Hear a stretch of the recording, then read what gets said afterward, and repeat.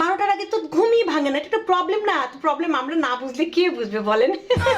আরেকটা কথা কি জানেন, কোনো কাজই আপনার মেয়ে না করে না, কোনো কাজে সে কখনোই না করবে না, না শব্দটা তার মুখেই নাই।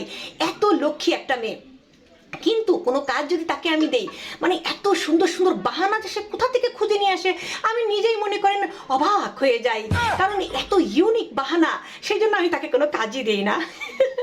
আর ও সামাজিক, হ্যাঁ আপনার মেয়ে এতটাই সামাজিক, এতটাই সোশ্যাল, যে প্রত্যেকটা সোশ্যাল মিডিয়াতে তার মনে করেন একটা করে অ্যাকাউন্ট আছে।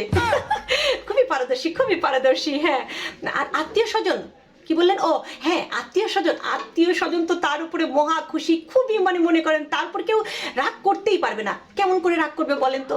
যখন আত্মীয় স্বজন তার সাথে দেখা করতে আসে, সে তো মনে করেন দরজাই খুলে না, সে নিজের রুমের মধ্যেই থাকে, সোশ্যাল মিডিয়াতে থাকে, ঘুমায়, রেস্ট করে, আসেও না, আত্মীয় স্বজনের সাথে কথাও বলে না। তো কথাই যদি না বলে